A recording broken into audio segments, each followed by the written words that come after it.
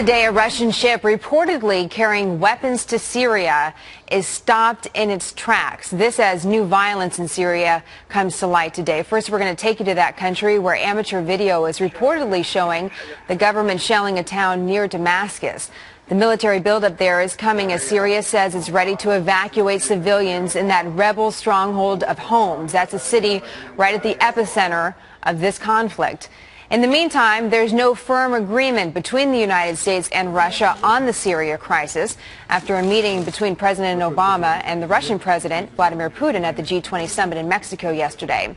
Well, let's get back to that ship now. There's word the UK is stopping a Russian ship reportedly carrying attack helicopters to Syria by pulling its insurance. No insurance is a no-go on the high seas and a fairly bold move. Joining us now, Ambassador John Bolton, the former U.S. ambassador to the UN and a Fox News contributor. And Ambassador, we're just getting word, one report, that this ship is heading back to Russia or may be heading back to Russia at this time. What do you think? Well, I think it's heading to a port somewhere because its corporate owners don't want it sailing without insurance. So it's an interesting move by the British insurance company.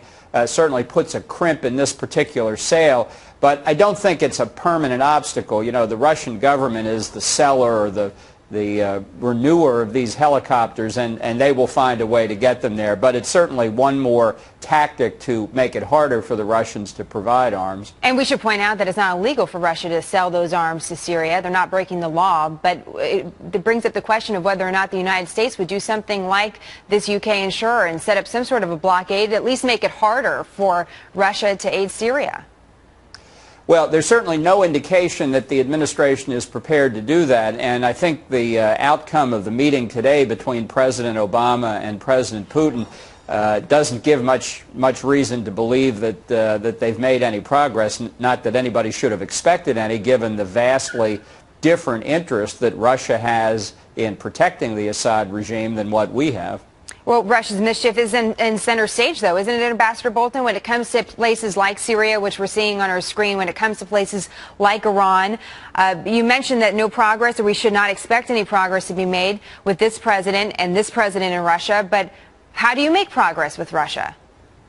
Well, their interests in many parts of the world are very different from ours, and where there are different interests, there are going to be disagreements. This is not something that better communication is going to resolve, and I think that understanding that Russia remains a nuclear power with thousands of nuclear warheads, it has a strong economic tool in its oil and natural gas exports, and it has a new president who is determined to be assertive to the point of near belligerence in pushing Russia's interest in and around Russia and in the broader world. So it augurs for a much more difficult, contentious relationship in many different respects. I wanted to ask you about this editorial published in the Wall Street Journal today that basically says what's happening in Europe as far as the crisis, the economic crisis, only further emboldens Russia. The writer says Europe's disorder is a grand opportunity for Russia. It's not all good news for the Kremlin.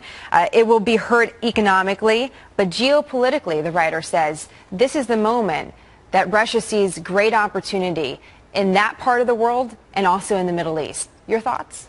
Well, I think in terms of Europe, the euro crisis is just one more step in Europe's decline. You know, the European Union makes Europe less than the sum of its parts. It doesn't strengthen Europe, it weakens Europe, and the euro crisis is both a symptom and a cause of further weakening. The Europeans have been free riding on the United States and the NATO alliance for a long time, with a few exceptions. Their percentage of gross national product spent on defense is way below what it should be, and the euro crisis is just going to make it that much harder given the welfare state mentality that they've got. So I think from the Russian point of view, absolutely the euro crisis gives them more leverage in the European context. You lead us perfectly into our next story, Ambassador. I know you're going to come back next hour as well to talk a little bit more about Russian-United States relations and whether or not there's a reset going on or something else.